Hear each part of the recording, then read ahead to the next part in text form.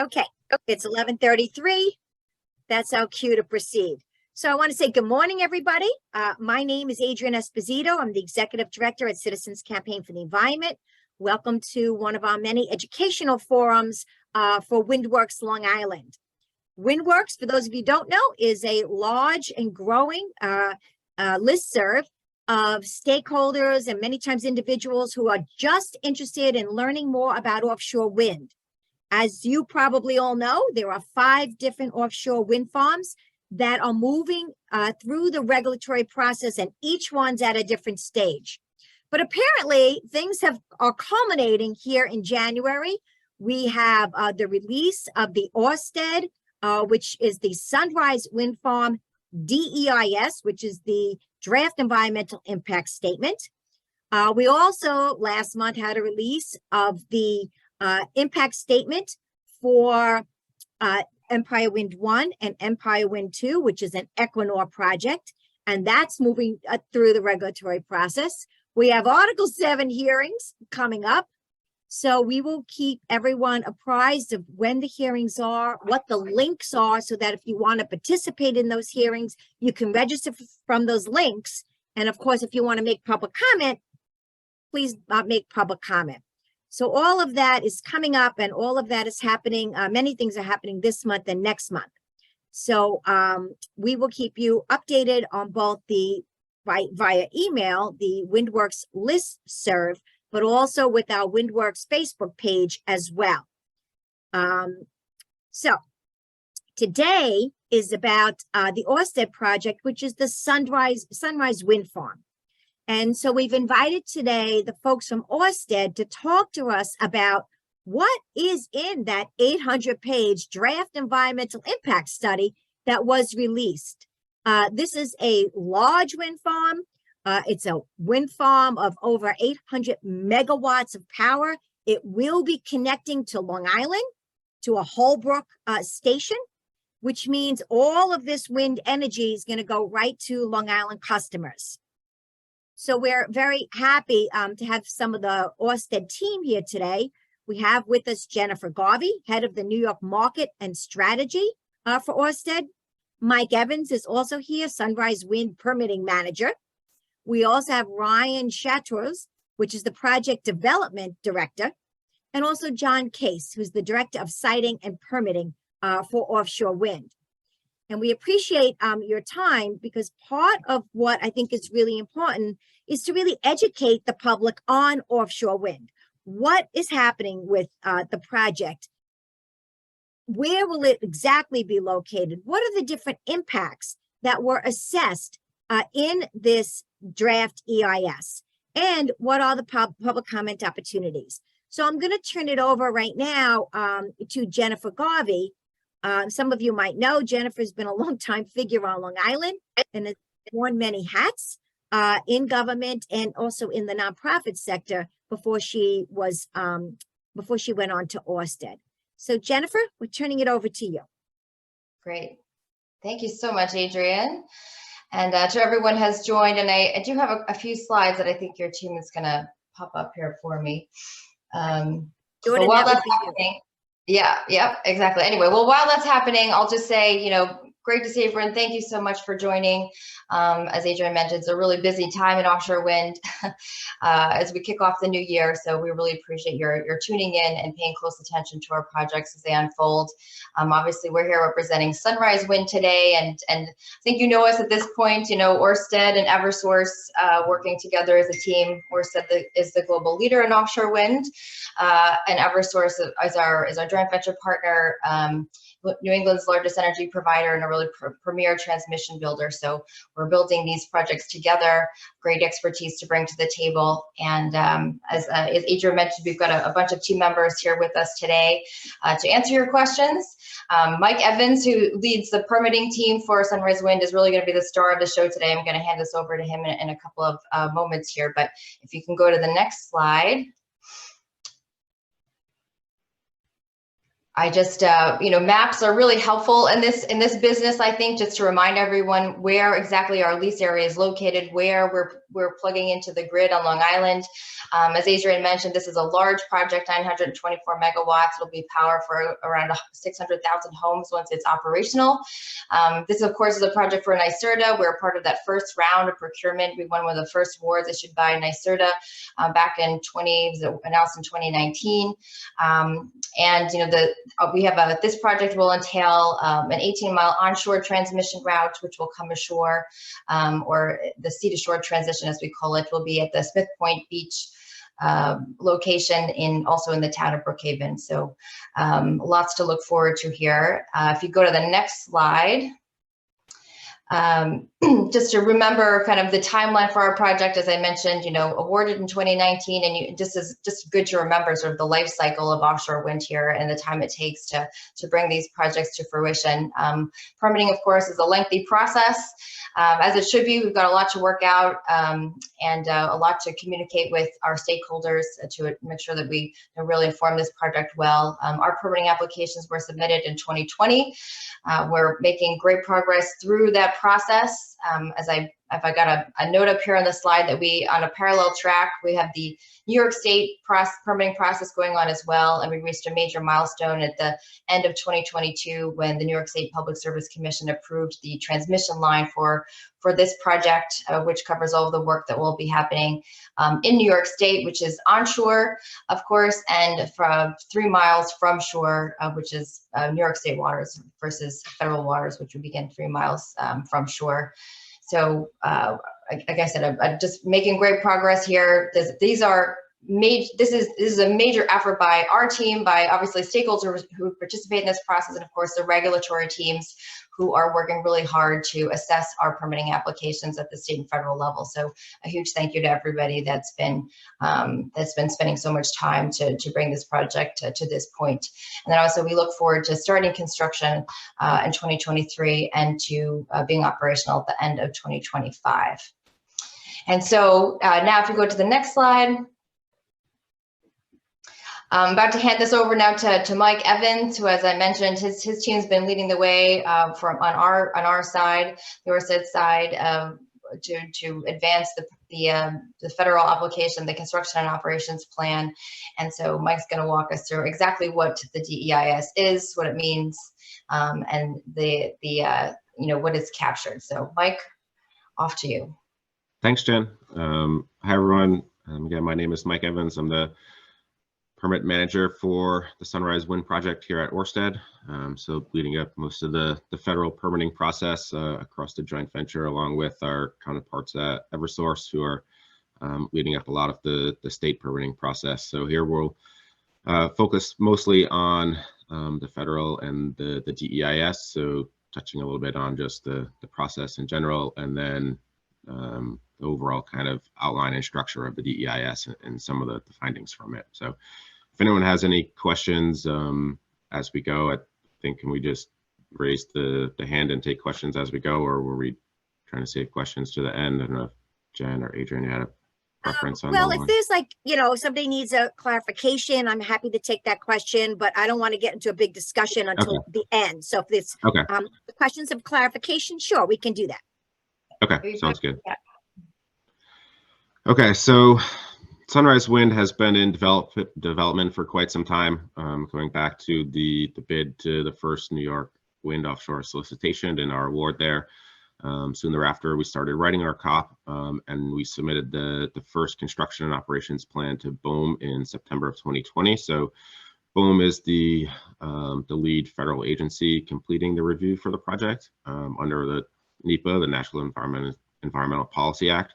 And so under our lease with them, we are required to submit the construction and operations plan, and that sort of kicks off that review process. And so we started writing that back in 2019 to get submitted to them in 2020. They spent a year or so doing their technical environmental review on it, sending us back comments, back and forth iterations, until they issued the notice of intent to prepare an EIS back in August of 2021. They had public meetings, scoping meetings, comment period. So then they take those comments, incorporate them and to start drafting the DEIS, the draft environmental impact statement, continually sending comments back to us, questions, clarifications. We submit updates to them based on project changes that happen over the years, and then ultimately they issue their the draft environmental impact statement. And so that was the milestone that we just reached in December. And so that kicks off a 60-day comment period. So we've got to the middle of February for the document to be open for public comment for review. And that is posted on the BOEM's website right now, along with our latest version of the COP. After the DEIS and that public comment period, there will be a final environmental impact statement. So that will incorporate any of the comments responses from the DEIS. And then after that is a record of decision.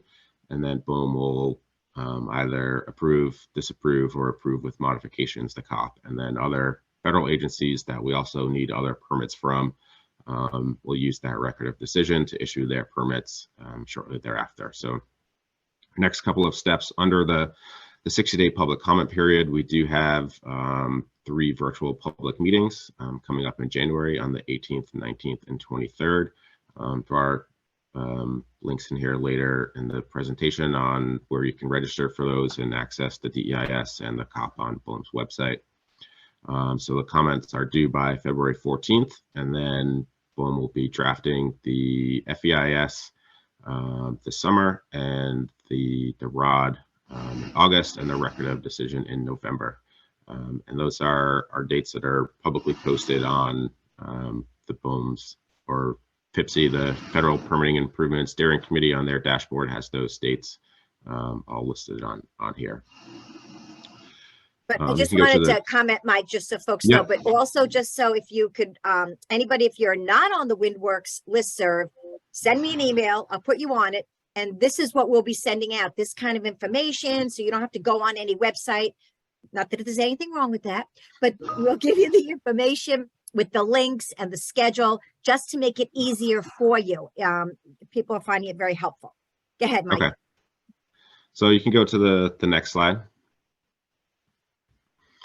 And so basically the draft environmental impact statement is, it's a pretty dense document. It's 800 plus pages, plus a dozen or so appendices that could be up to a couple hundred pages themselves. So it's quite a lot to get through. So we'll try to give a little bit of a summary here of how it's structured and sort of the key findings. And so how it works is the DEIS looks at the sort of reasonable foreseeable resources that could be affected from the construction, operation, and decommissioning of the project.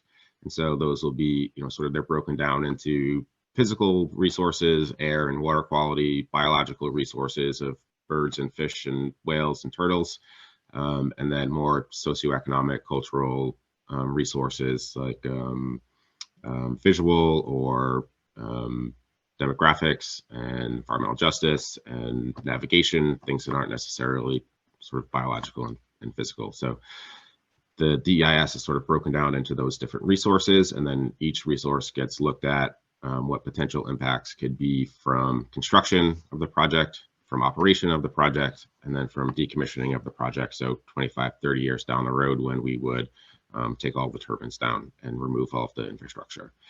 And so when looking at them, they look at if the impacts are adverse or beneficial. So not just negative impacts, but also where some of the resources could have a beneficial impact from the project. And then they divide them up into sort of a different rating of negligible, minor, moderate, and major.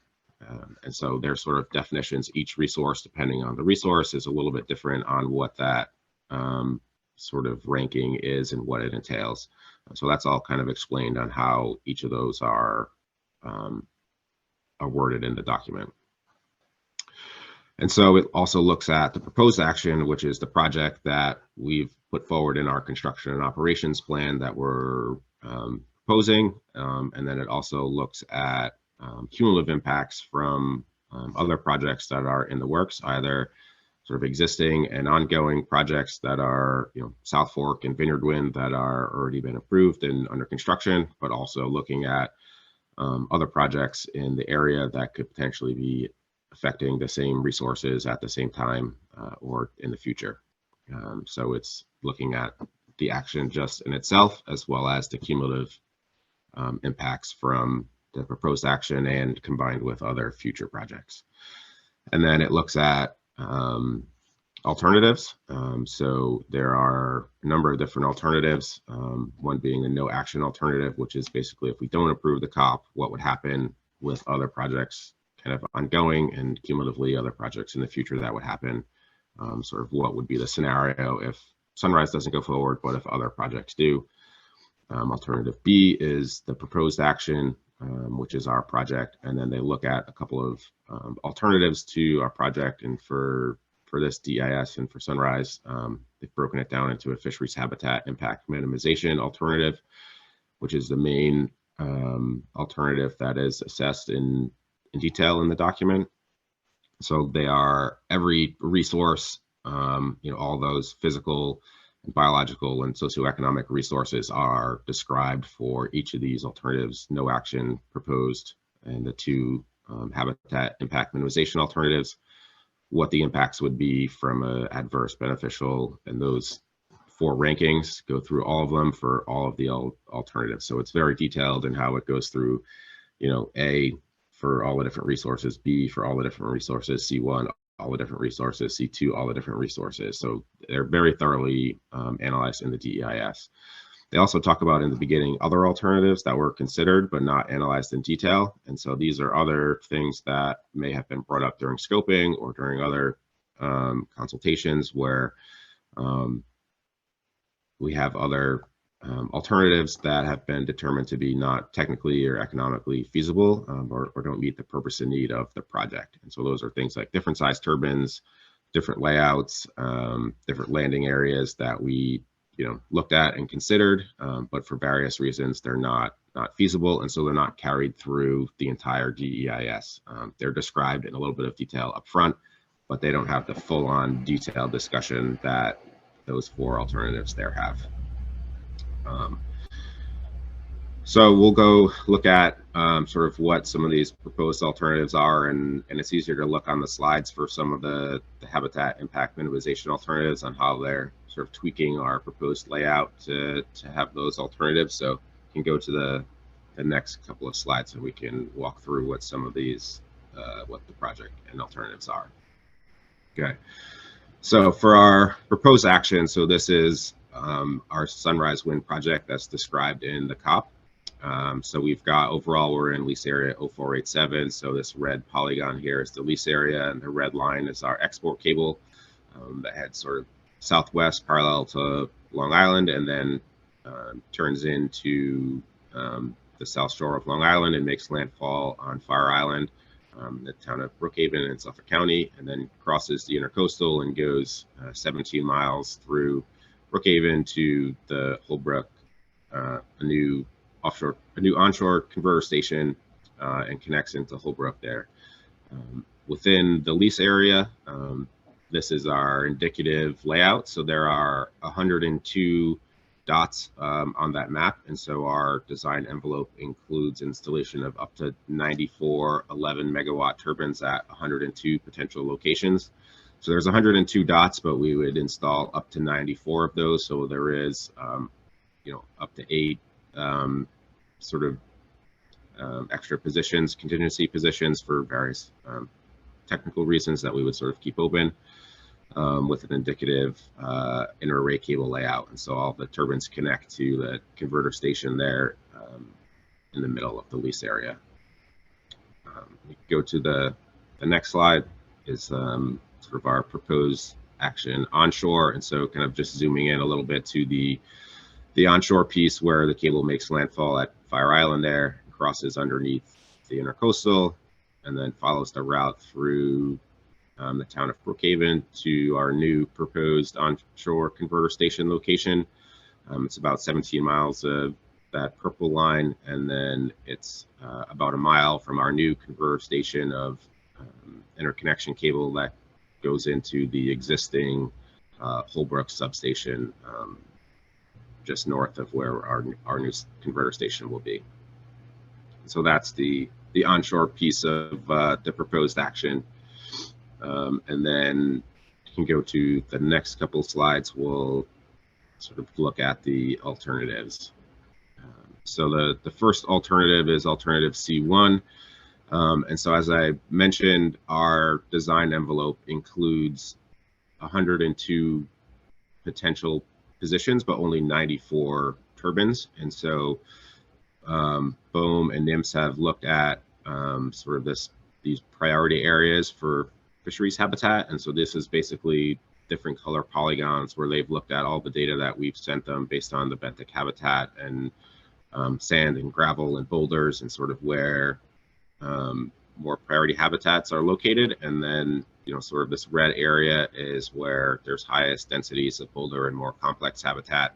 And then it sort of goes down into these different priority areas that they've outlined in orange and yellow and blue, are sort of a ranking of 1, 2, 3, 4 priorities. And so for this alternative, they basically picked the 8 positions that would potentially be removed and not considered for development. So like I said, we've got 94 positions at 102 locations. And so they, in this alternative, have basically picked the 8. And they did that based on calculations of boulder densities, looking around each of the turbines to sort of rank which ones have the highest boulders and which ones are most contiguous with each other to pick those 8. And then on the next slide is C2. And so under C2, they keep those 8, but they also move another 12 to the eastern half of the lease area. So all of these dots are in the 1 by 1 nautical mile spacing grid, which is, been fully aligned with all of the lease areas in the Northeast. All the developers have agreed to the same 1 by 1 nautical mile grid. And within our lease area, we do have some additional space where we hadn't proposed turbines in our envelope that are sort of fit within that 1 by 1. And so they've sort of kept in these alternatives the 1 by 1 spacing, but they're moving 12 that you could fit into that 1 by 1 grid into the eastern half of the lease area. And so there's 4 different versions of this. If you can sort of like click through them pretty quickly, where they basically look at different combinations of boulders and habitat and sort of rank them and with a couple of different configurations to give sort of some options to what those might look like. So those are the main alternatives. One is important that it's keeps everything within the 1 by 1 grid, and also it's keeping our same size turbines and same capacity of the project, so they're not changing any of that. And ultimately, based on looking at benthic habitat and technical feasibility, we still have some ongoing site investigation surveys that were done this summer or will be going on here shortly. So sort of final layout will end up with, reducing habitat impact, but also sort of maintaining that technical and commercial viability part of the project. Okay, so I think that is, we can move to the next one, but that's basically the high level gist of how the DEIS is structured and what the project and the alternatives will be. And then the next couple of slides here are a little bit, you can jump to the next one. Yeah. There's kind of a lot on here. So this is basically a table showing the different resources. So on the left, you can see they're sort of broken down into those biological, physical, cultural resources. And then each of the no action proposed and the 2 alternatives are in the column. So for each resource, so there's, the air and water quality ones, but then there's also the benthic birds, habitat, fish, marine mammals, sea turtles, wetlands. So these are, the biological and physical ones. The next slide, when we get to it, we'll have more of the cultural ones with the cultural resources and employment and environmental justice and land use navigation and that stuff. So these are the more physical biological ones. And the cells are colored based on the impact level. So green is based on a negligible or minor impact. The yellow is a moderate impact, and red would be the major impacts. And so there's no major impacts on this slide, but there are a few on the other ones. So you can see, and the hatching, the cells that have hatching are resources that have a beneficial impact as well. So looking at this slide, you can see most everything is green and red. So all of our impacts are minor to moderate for all these biological and physical resources.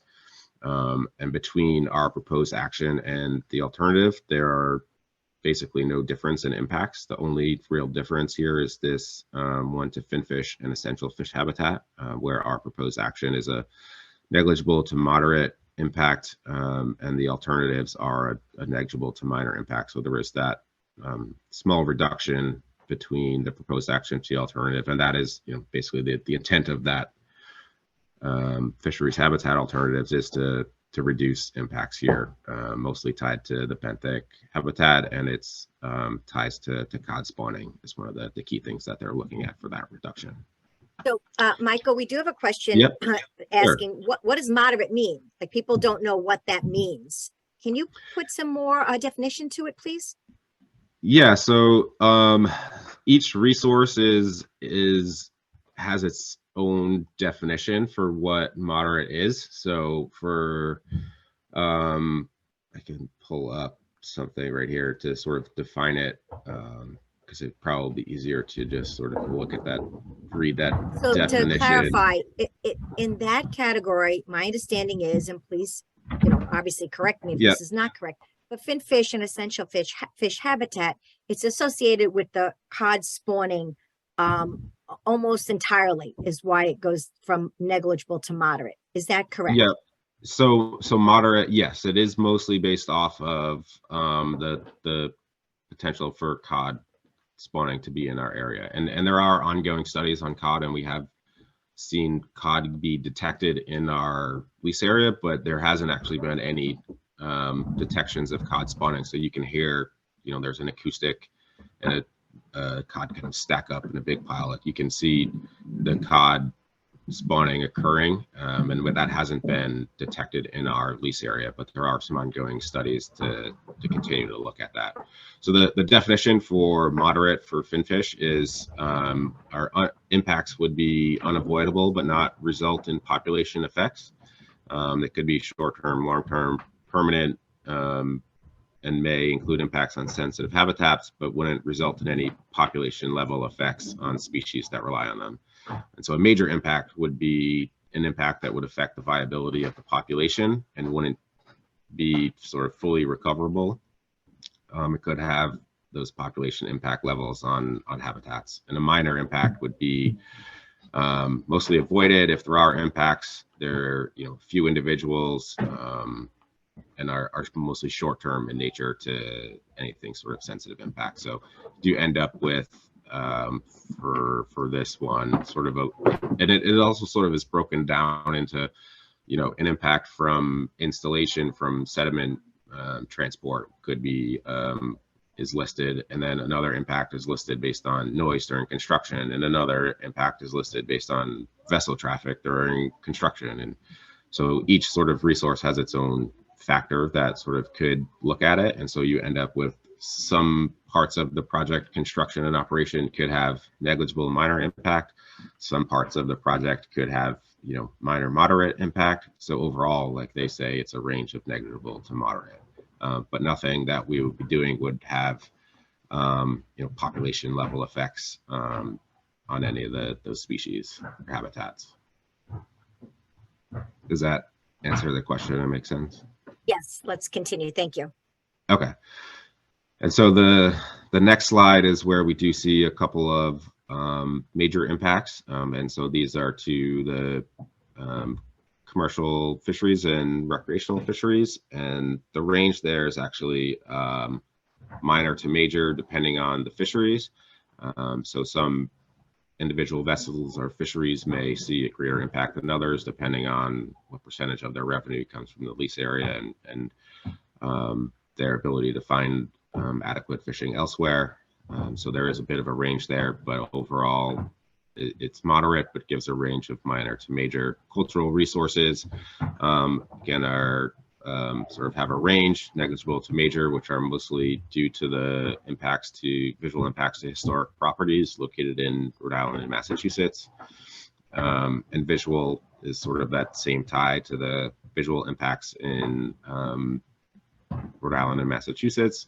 And then the other one on sort of other uses, there's a negligible to major. The only thing under that one is major for the NOAA's scientific surveys. So NOAA does surveys for fisheries for stock assessments and marine mammals for population assessments. And those surveys are done, with a specific vessels or aircraft, and have a way that they're, done randomly and to keep their sort of statistical viability. And so the way that they've done surveys over the past years would potentially need to be changed. And so they could have a potential major impact on those surveys. And those are all things that were expected. These aren't any sort of surprises in here. We're sort of expecting those to have those levels, and there are mitigation plans that are sort of in the process and in the works internally and with BOEM and NOAA to reduce those impacts. So that's something that will be considered further in the FEIS too. Okay, before you go to the next slide, Matt Gove from Surfriders would like to ask a fishing question for clarity. Sure. Matt? Thanks, Adrian, and thanks, Michael. I don't follow fishing too closely, so I've always wondered how, back to what's major, what's moderate. How do they get to major for fishing, since fishing will be able to happen? Obviously, during construction, they won't be able to fish in there, but is that major based on a certain amount of days in the year when the weather will be too nasty and it'll be too dangerous to fish in there? Is that how they get to major impact? The definition for major impact for fisheries is the activity or community would experience substantial disruptions, and once the impacting agent is eliminated, the affected activity or community could retain measurable effects indefinitely, or even if remedial action is taken. And the moderate one, sort of for comparison, is the activity or community would have to adjust somewhat to account for disruptions due to impacts. Once the agent is eliminated, the activity would return with no measurable effects. So that would be sort of like during construction, some vessels may be displaced, but once construction is done and the wind farm is operating, they'd be able to sort of come back and return to their previous practices without a measurable effect. Where some vessels in some scenarios, based on their gear and weather and comfort with their fishing activity, depending on how much revenue they get from an area. So a lot of fishing activity happens in the lease area, but it's usually only a very small portion of either the fishery or individual vessels' revenue comes from specifically the lease area. So it also sort of takes that into account of like what they're doing and how much of their revenue is coming from that area, and how much of that would be affected. So if you're only getting a small percentage of your revenue from the lease area, and there are other fishing areas in the vicinity that could still be used, it's not going to be considered as major of an impact as someone who gets a much higher percentage of their revenue is fishing all the time in the lease area, and for one reason or another would have a longer impact once operational. Okay, Did that answer your question? Yeah, I think so. It's complicated. Yeah, no, it is complicated. Yeah, no, I was just gonna add. Yeah, I was just gonna add that, Mike. I think you're absolutely right, and it's nuanced here, right? And I think when you see a ranking going from minor to major, and in this instance, even including minor beneficial, it's because from this category, the fishing fleet is very diverse, right? So you have a broad range of potential impacts, and we do see language in the DEIS around, again, minor beneficial to recreational fishing, in that the reef effects from the turbine foundations and et cetera. So there's a lot of complexity in how these are going to be assessed, and then sort of where it comes down into the detail, and just looking at something it's challenging to summarize the DEIS in one slide. I think Mike's done a great job here with putting it together. But I think that the main point for me here is there's a big spread in what the impacts could potentially be, and this is, again, a BOEM assessment of what they see. And we'll be providing some comments on many of these in terms of what we actually think the impacts will be, based on, as Mike mentioned, a lot of mitigation efforts that we are putting forward to try to minimize these impacts on all of these resources to the best of our ability. So it is a complex assessment that is very necessary, and I think getting into the details of it is important. But what we want to try to give is that overall sense of what we're focused in on as well as Well, the let's continue so we can get the whole presentation out. Okay, so next slide, that is basically we'll talk a little more on the next slide, but that is sort of the summary of each of the resources and what their impacts are. Overall, like I said, there's no surprises really in here. It's mostly the results that we anticipated. So I think that was a great job by our Ørsted and Eversource teams and our consultants in BOEM to get that up to this milestone. There's a little bit, we did submit a COP update in August based on some project updates that we've made, but also based on more information through the New York State permitting process that we incorporated into the federal process, and some comments from BOEM that we'd been constantly updating, and some of that didn't make it into the DEIS, but it should make it into the FEIS, so not really much of a concern there. Most everything is moderate or below, so cumulative impacts are a little bit higher, but that's expected. Some of the higher stuff, like I said, those things that are the fisheries, cultural, visual, science surveys were expected, and they don't really consider those mitigation measures that are in development. So the fisheries compensation plans that we're working through, and BOEM has sort of new ongoing guidance for fisheries compensation and mitigation that still is being worked through. For the science surveys that I mentioned for NOAA, there is BOEM and NOAA have a survey mitigation strategy that they're developing, so that is also in the works.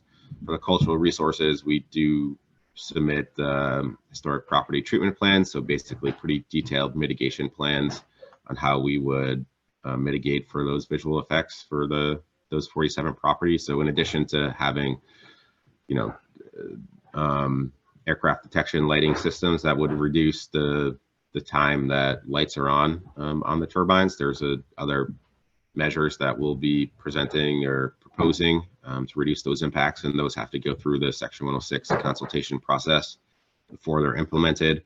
There's one ancient submerged landform out there. There's a whole bunch of them out there, but there's one that we still may impact. Our technical teams are still sharpening their pencils on that one. So that's basically, our lease area was dry land 10,000 years ago. So Native Americans would have been living out there with their communities. And so we can tell, looking at the survey data, areas that were most likely to be, have human occupation 10,000 years ago.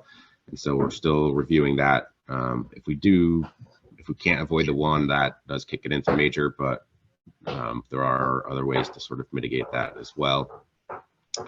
So really, the only difference that we're seeing is in that finfish invertebrates EFH resource, and that is, like we said, mostly through the benthic and cod topic. And so we are, all of the other resources, there's no difference in the impact. For some, they say there's sort of a slight difference, a slight improvement between the proposed and the alternatives, but nothing really measurable and nothing that would change the overall total impact. And then C1 and C2, the two different options are basically the same exact impacts for the two of them, so there's no real difference there. You can go to the next slide for the next couple of highlights here. So we are also looked at the benefits of the project. So in addition to sort of those adverse effects, there's a number of things that are these long-term benefits from offshore wind and from the project itself. And so that's sort of the clean renewable energy, job creation, promoting geopolitical security and climate change, and affordable, reliable, secure, clean electricity, contributing to New York's energy requirements, and even some of the habitat implications for some of the fish species and recreational fishing that can be considered as beneficial due to the reef effect that the structures will increase. So it is also important to know, like, in addition to any of the potential adverse impacts, there are several benefits to the project as well that are analyzed and considered. And then the next slide is should be the last slide, and this is just sort of the some links and just the details on the opportunities for comment, and when and where meetings will be held. So those are the dates and times of BOEM's public meetings, and links to where the full DEIS is, and the COP is on the same website. And you do have to register for those meetings. So if you are interested in participating in those, which we would encourage everyone to do, go ahead and pick one that, or as many as you would like, and register, so we can have some good participation there.